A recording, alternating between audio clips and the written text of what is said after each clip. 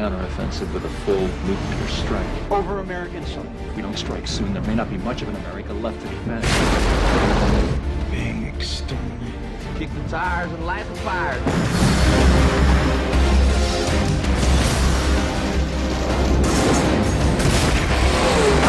We're looking at worldwide destruction in the next 36 hours. Well, you can't hit that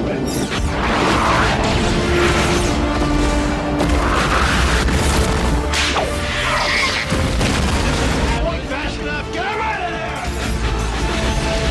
Should we win the day, the 4th of July will no longer be known as an American holiday, but as the day when the world declared in one voice, we will not go quietly into the night. We will not vanish without a fight. We're going to live on. We're going to survive. Today, we celebrate our Independence Day.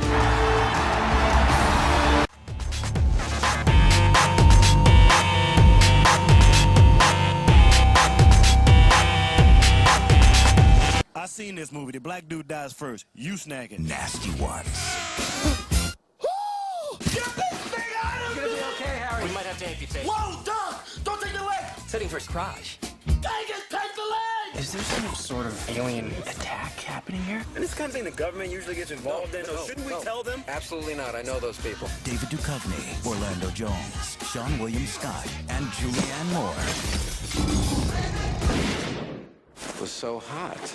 From Ivan Reitman, the director of Ghostbusters, Evolution. What the unholy crimson hell is that? That's like a big loogie.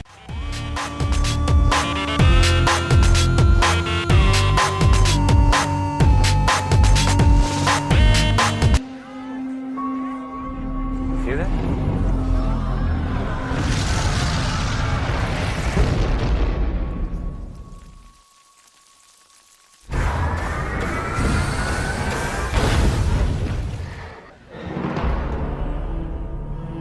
I'm taking you to the car. You're gonna want to look around. But you're not going to, are you?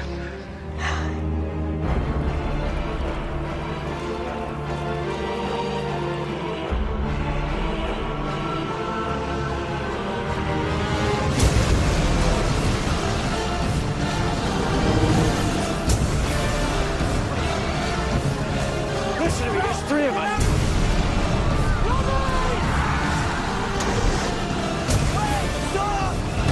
There's nothing living in that direction!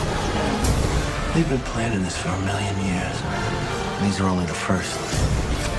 They'll keep coming. Am I ever gonna see Mom again in my life? Where's my son? I know you want to fight.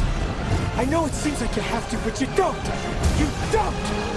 This is not a war. This is an extermination. Wake up!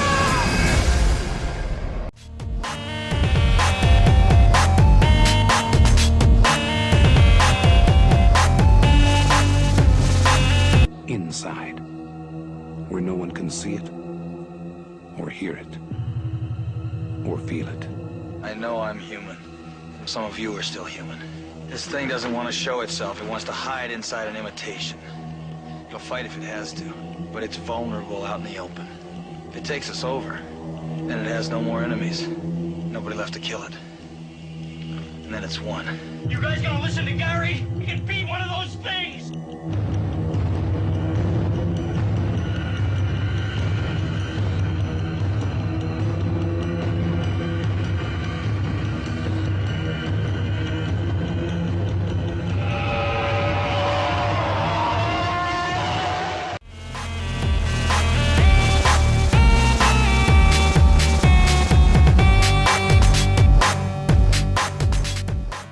Funny-looking shirt. It's a funny-looking dress. You got funny-looking eyes. You got a funny-looking face.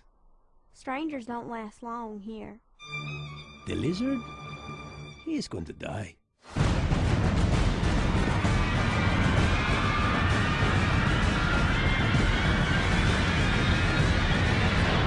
When is he going to die?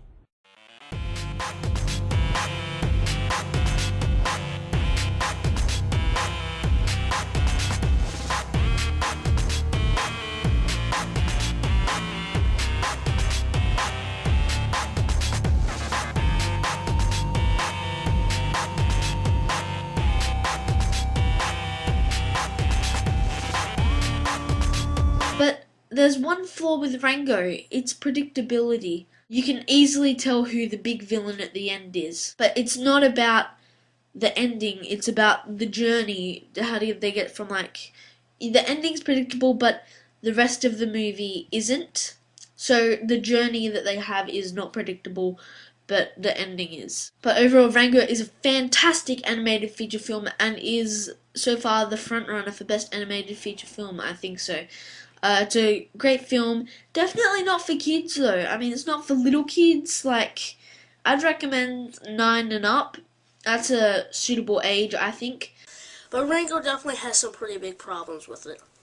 One, I love the action scenes, but I wish there was more of them. There's only like 2 or 3, and while they are pretty long, they are so good that you just are kind of excited and waiting for the next one, and usually you have to wait a long time for the next one.